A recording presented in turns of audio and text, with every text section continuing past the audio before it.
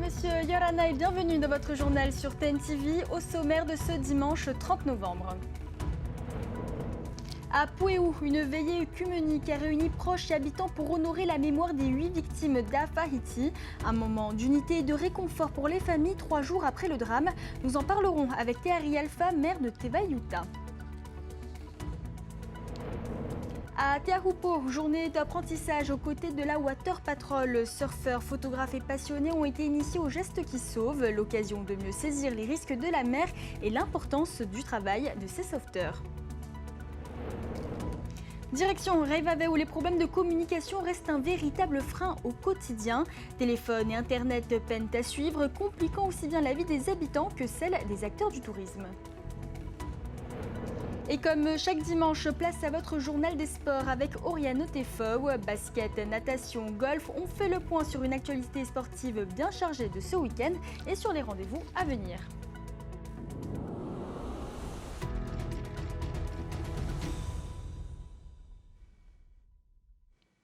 Hier soir à Pouéou, une veillée œcuménique a réuni familles et habitants pour rendre hommage aux 8 victimes d'Afahiti. 3 jours après la catastrophe, l'émotion reste vive, mais ce moment de partage a apporté un peu d'apaisement pour les familles. Thomas Chabrol et Taouriti Tonio Moussan étaient sur place. Des portraits photos des victimes en souvenir des êtres aimés. Cette famille endeuillée prépare ses cadres pour les déposer autour des gerbes de fleurs. C'est en mémoire surtout de la famille de ceux que l'on aime. Ça fait mal, ça fait mal. Bah oui, Rouen. Je vais garder en mémoire leur sourire à jamais. Encore très marquée par la perte d'un neveu et de sa grande sœur, Vaimiti affronte le deuil avec courage. Quelques jours avant le drame, elle entendait encore la voix de sa sœur au téléphone, joyeuse et complice. On s'est partagé beaucoup d'amour, on s'est donné des nouvelles des deux côtés et ça m'a fait plaisir. Et elle me disait que ma sœur, je suis contente d'entendre ta voix. Moi pareil, on s'est dit des je t'aime mais implacables, c'est des je t'aime que éloignés quoi, mais sans savoir que ça allait être la dernière. À Pouéou, la cérémonie œcuménique a rassemblé 1 millier de personnes. Moment fort, l'entrée des sapeurs-pompiers et des entreprises qui sont intervenues sans relâche dès les premières heures après l'éboulement. Comme on dit ça, adoucit les cœurs de chacun de nous, surtout après le travail qu'on a effectué sur le chantier. Oui, c'était vraiment très beau avec tous les religions qu'il y avait. Oui, il y a beaucoup de monde qui soutiennent la famille dans leur deuil, et nous les pompiers aussi en premier. Et c'est, on va dire, un soulagement. Mais on garde toujours les images sur le chantier. Ça, chaque pompier, je crois qu'ils vont garder ça toute leur vie, quoi. De l'unité et du soutien, c'est avec ces mots que le maire de Tayarapu-Ouest, le président du pays, mais aussi les responsables des confessions religieuses ont partagé leur message d'accompagnement et d'encouragement. À Afahiti, la population et les familles restent profondément touchées par la catastrophe. Il est très important pour nous de pouvoir s'unir avec cette prière de ce soir. Et je pense que la famille a peut-être du mal à supporter également. Et nous sommes là pour pouvoir apporter notre soutien et peut-être notre douceur aussi pour ces familles. Je dis merci aussi. Dire un grand merci à tous ceux qui ont œuvré pendant ces 2 jours intenses, durs parfois. Nos pompiers, enfin tous ces haïtos qui ont été formidables. Tout au long de la soirée, les chants et les prières ont résonné sous le chapiteau. Les familles des 8 victimes ont également pris la parole.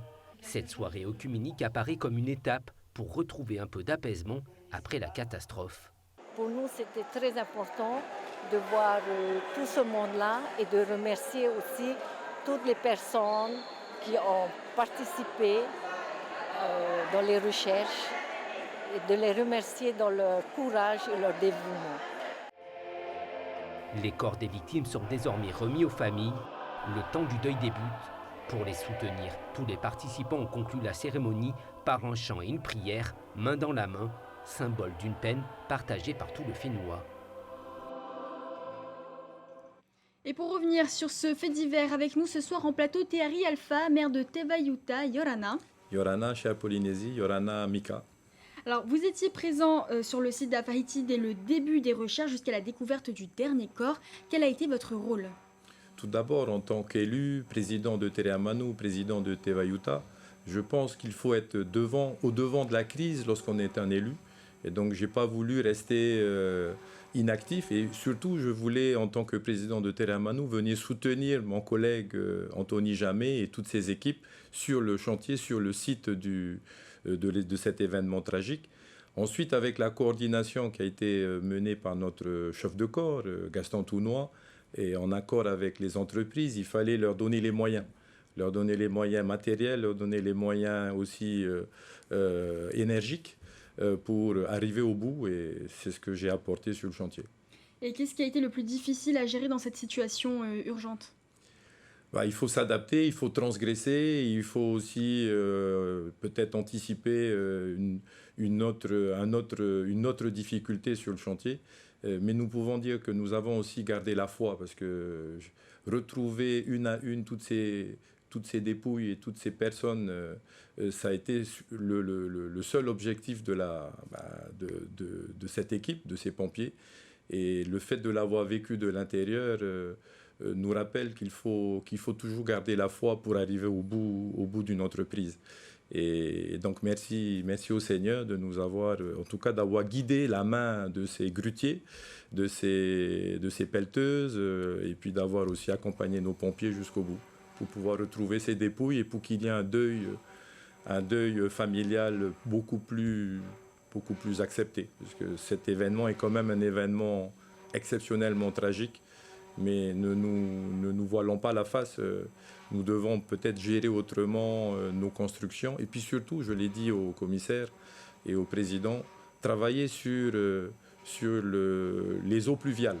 Il faut vraiment gérer les eaux pluviales parce qu'il y a une carence dans notre organisation.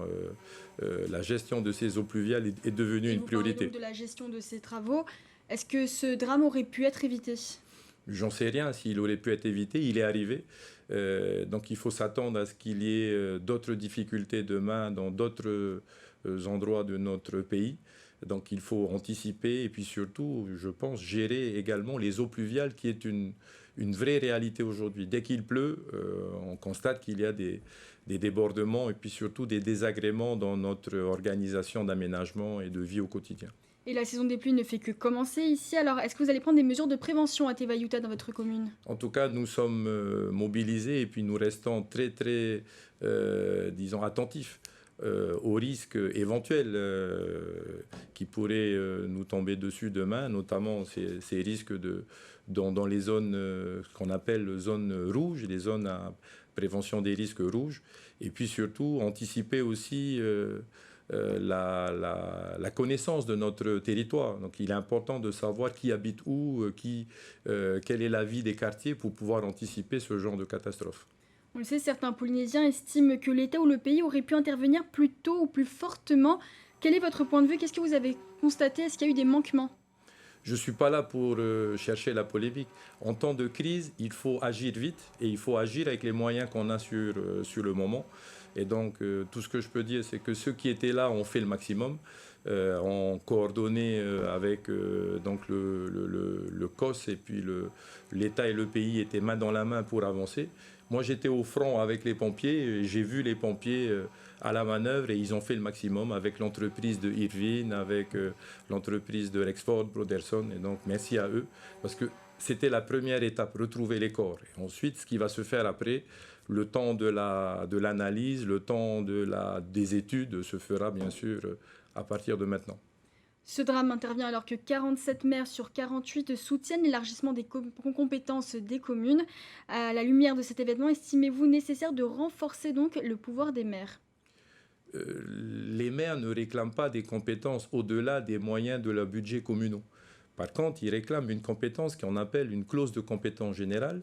Toutes les communes de France et d'outre-mer, à part les Polynésiennes, n'ont pas accès à ces compétences. L'objectif, ce n'est pas de réclamer des compétences pour mal les assumer, c'est de régulariser des compétences que nous mettons en œuvre déjà en termes de jeunesse et sport, en termes d'aide sociale, en termes de culture et pourquoi pas en termes de développement économique, mais pas créer des hôtels au niveau communal, créer une économie de proximité qui va être celle qui va être en lien avec, par exemple, l'économie sociale et solidaire. Donc voilà ce que réclament les maires dans la limite de leur budget. Et je pense qu'il ne faut pas opposer ce que propose l'État Et le Parlement aujourd'hui, avec ce qui va être proposé au Parlement et ce que va nous proposer le président et la loi de pays proposée par le gouvernement, il n'y a pas d'opposition à tout ça. L'objectif, c'est que les maires, avec leur volonté et leur proximité auprès des populations, puissent assumer efficacement ce que la population attend de nous. Et qu'est-ce que ça vous inspire ? Ça nous inspire qu'il faut continuer à avancer vers ce qui est proposé par les parlementaires et qu'à partir de là, les communes auront le droit et auront surtout la chance de pouvoir appliquer des compétences qui sont attendues par les populations. Une aide sociale en urgence, donner une aide alimentaire parce qu'une maison a brûlé dans une commune, on ne va pas attendre une commission sociale de la direction des affaires sociales. Accompagner un projet de proximité, de développement d'artisanat ou de développement de proximité, ça nous permet aussi de soutenir une volonté de développer nos communes et nos quartiers pour demain. Donc toutes ces compétences qui sont prévues à l'article 43.2 ne sont que l'application de ce que toutes les communes de France réalisent déjà. Merci Thierry Alpha d'avoir accepté notre invitation. Maroro. Il veille sur celles et ceux qui s'aventurent en mer. Hier à Teahupo'o, la Water Patrol de Tahiti a partagé son savoir-faire avec surfeurs, photographes et passionnés lors d'une journée de formation dédiée aux gestes qui sauvent. Immersion dans cette journée avec notre journaliste Hoanui Atuahiva. On les appelle les anges de la mer. La Water Patrol de Tahiti, reconnue parmi les meilleurs du monde, doivent se tenir prêts à intervenir sur une vague où les risques sont permanents. D'où cette journée de formation pour permettre aux autres acteurs du site d'être présents à intervenir en cas d'urgence. C'est sûr que pour tous les surfeurs à Teahupo'o, on va plus pousser nos limites quand on sait qu'il y a des personnes compétentes qui sont là pour notre sécurité.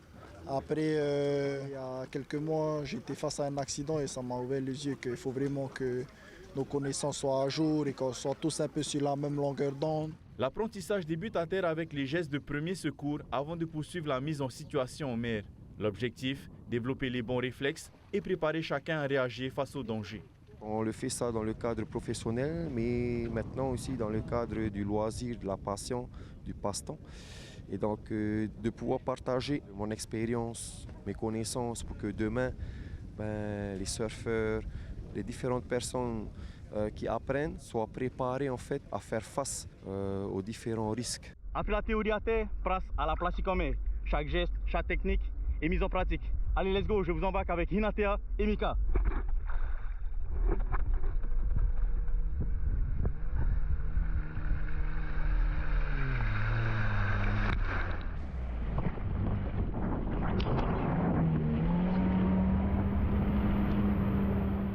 Tu vois que ça n'a rien à voir après la conduite quand tu passes à ces exercices-là en fait de rescue parce qu'il y a des réflexes que tu n'as pas forcément eu en prenant ton jet et en cruise.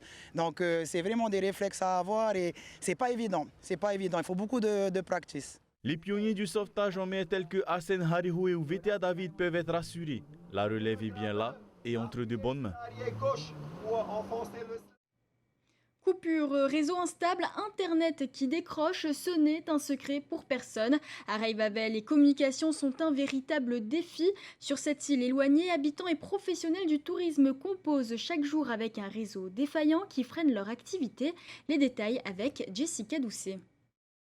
Reivavel, Odile vit un véritable parcours du combattant. Sa pension de famille se trouve en pleine zone blanche. Ici, le débit de téléphone et d'Internet est faible, voire inexistant. Pour répondre à ses futurs clients, une seule solution, se déplacer. Chez moi, le Wi-Fi ne capte pas à l'intérieur de la maison.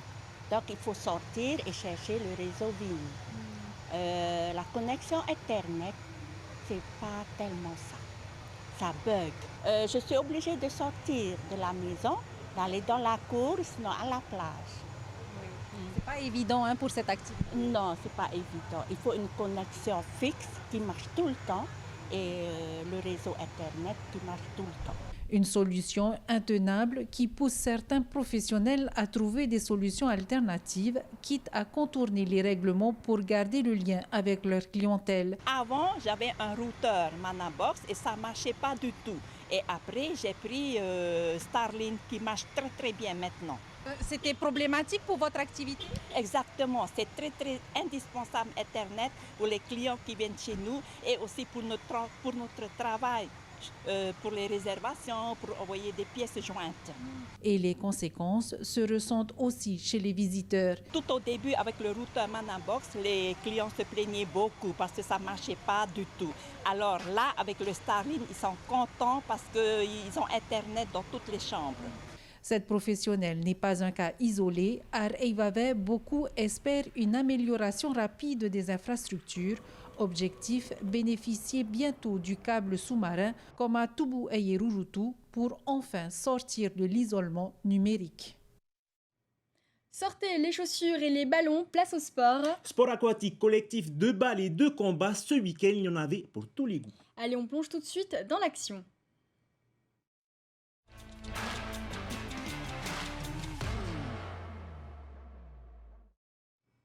Soirée contrastée pour les équipes tahitiennes dans la Coupe Zone Pacifique de basketball. 2 rencontres vendredi soir, Aurey face à Mondor chez les dames, puis Excelsior opposé à Dumbéa chez les hommes.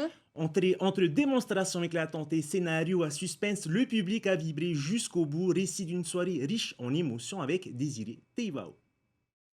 Dans une salle pleine et chauffée à blanc, la Coupe Zone Pacifique offre un premier choc chez les dames. Aurey face au Mondor.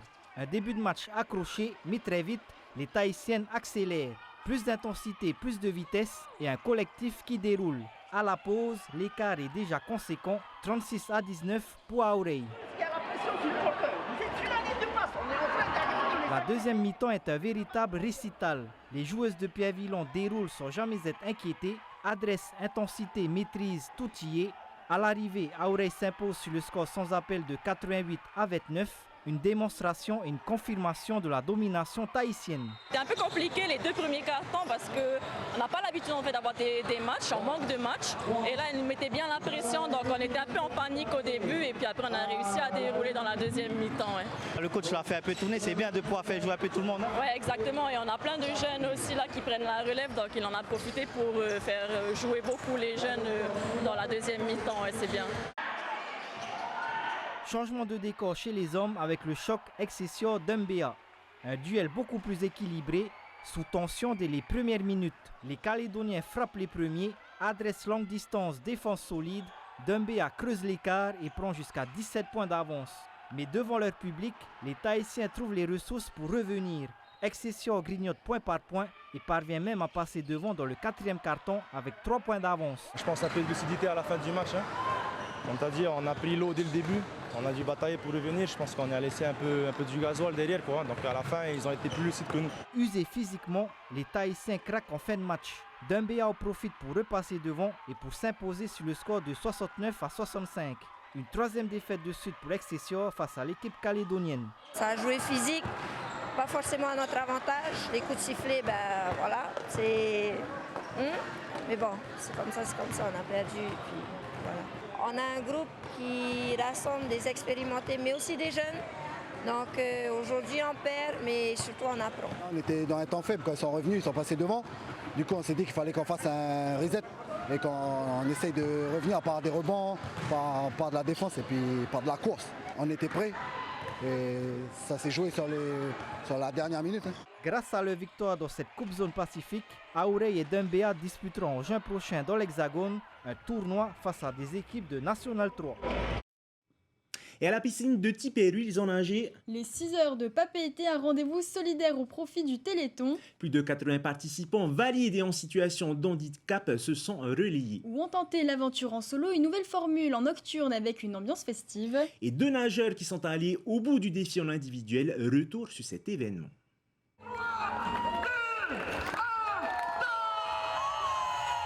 Il franchit les derniers mètres sous les applaudissements. Paul Lorzil termine seul après 23 km 800 parcourus en 6 heures, une distance proche d'un Tahitime Aurea à la nage. Au début, je savais pas trop comment gérer vraiment. Et sur les premiers 5 km, je me sentais vraiment bien. Du coup, j'ai fait 5 km, 4000, 3000, 2000, 1000. À la fin, je nageais un peu tous les 1000 mètres et je m'arrêtais, je repartais, je prenais 20 secondes et je repartais. Juste derrière lui, Mahina Fournel, deuxième nageuse engagée en solo, boucle elle aussi la totalité du défi, 17 km 700 au compteur. Une performance motivée par la curiosité et la cause défendue. La technique, c'est de pas trop aller vite au début et se garder un peu pour la fin.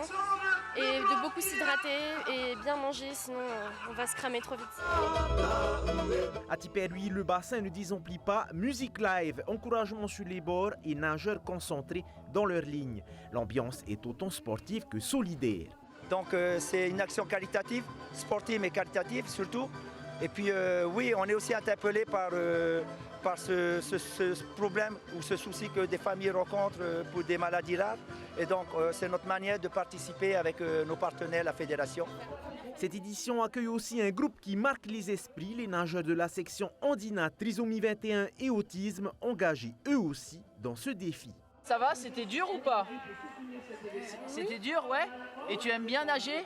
Oui. Ok, on fait plus le crawl ou plus la brasse? Oui, crawl. Plus le crawl. Voilà, on essaye de travailler toute l'année avec eux pour les faire progresser un petit peu techniquement. Et je suis content aujourd'hui, on va essayer qu'ils nagent 1000 mètres chacun. Donc ça serait déjà super, on est déjà à 600 mètres. Là, il faut une petite pause et après on y retourne. Et malgré la fatigue qui s'installe après plusieurs heures dans l'eau, la motivation ne faiblit pas. Nager pour se dépasser, mais surtout pour soutenir une cause.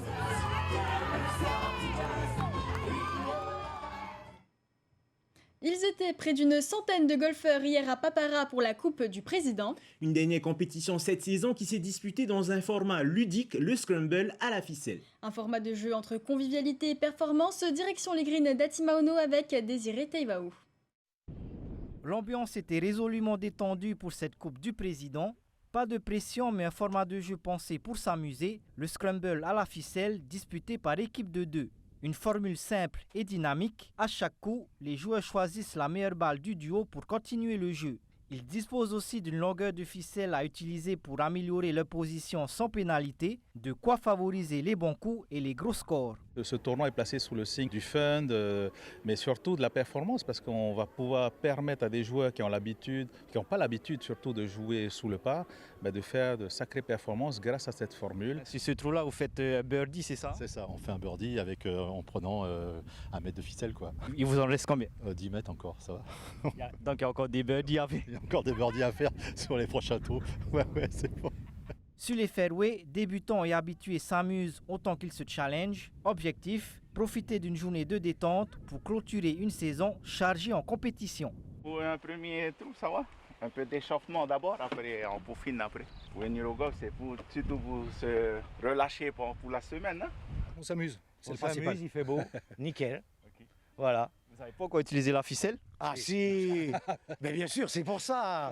Si, on a utilisé la ficelle, bien sûr, déjà sur 2 trous, sur 3. Ouais, mais je suis aussi venu pour le plaisir, plus pour ça. Et aussi pour jouer avec Heidi, et voilà.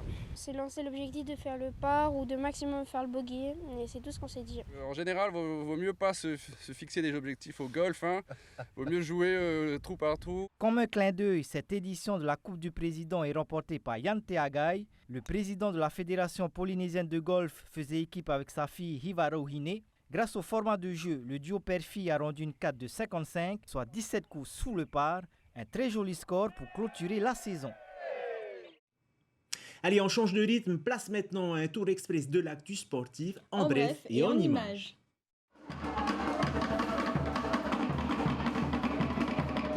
Accueil triomphal hier matin à l'aéroport de Fa'a, la délégation tahitienne de Muay Thai rentre des États-Unis avec des résultats qui forcent le respect.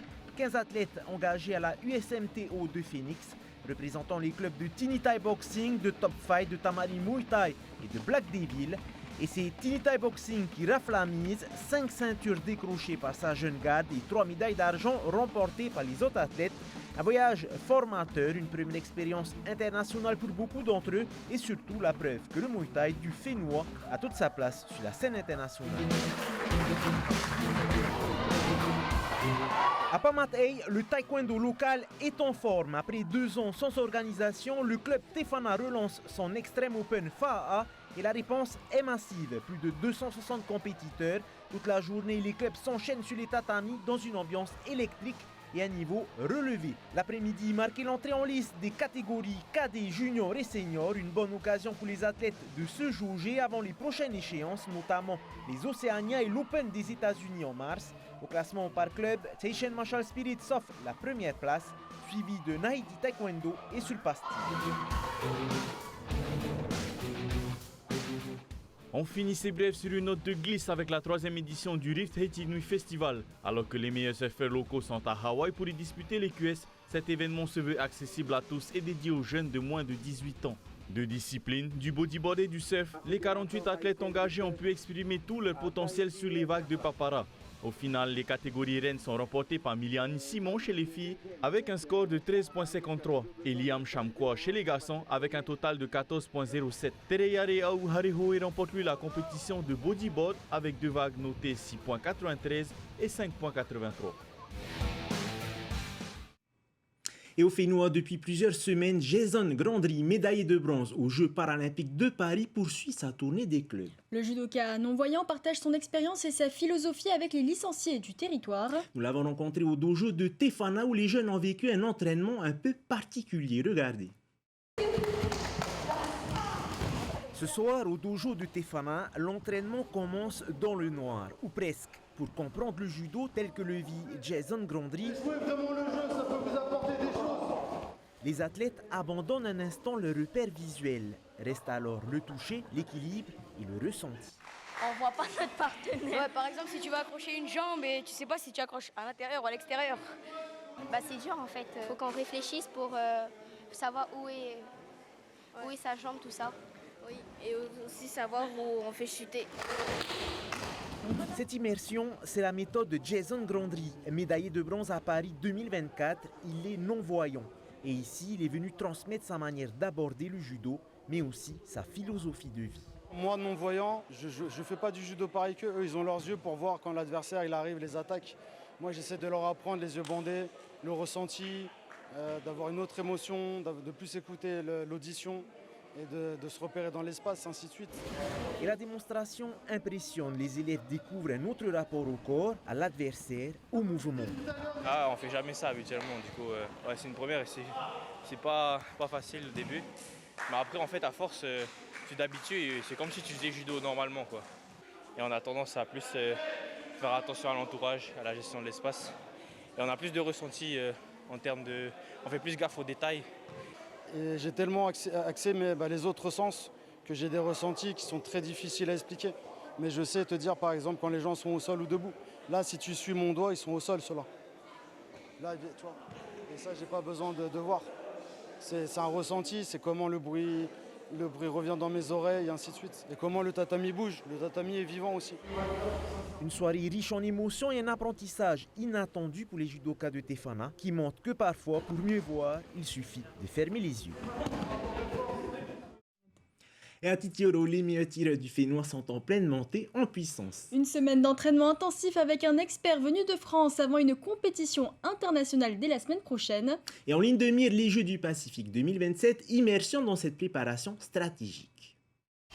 Au stand de tir de Titioro, l'ambiance est studieuse, respiration maîtrisée, gestes précis, concentration totale. Les athlètes enchaînent les séances techniques sous l'œil d'un renfort de haut niveau. Patrick Biebouic, entraîneur national français du gros calibre et du standard, vient d'accompagner l'équipe de France, sacrée championne du monde en Égypte. Désormais, c'est le Fénois qu'il guide. Dès mon arrivée, on a fait une petite réunion et on a parlé un peu de la technique et de la façon de faire. Donc je leur ai exposé les visions qu'on avait, nous, au sein de la Fédération française de tir. Dès lundi, on a mis en pratique, donc le matin avec une équipe et l'après-midi avec une autre équipe. Et ce, tous les jours, lundi, mardi, mercredi, jeudi. Et puis aujourd'hui, on fait un petit test match. Match, firing, start! Dès la semaine prochaine, les tireurs s'envoleront pour l'île de Norfolk entre l'Australie et la Nouvelle-Zélande. Une compétition internationale qui servira de véritable sélection. À l'issue de ce déplacement, on saura qui représentera Tahiti aux Jeux du Pacifique 2027. Un retour très attendu puisque le tir n'était plus au programme depuis 8 ans. on a la chance de pouvoir représenter deux équipes, une homme et une femme pour les Jeux.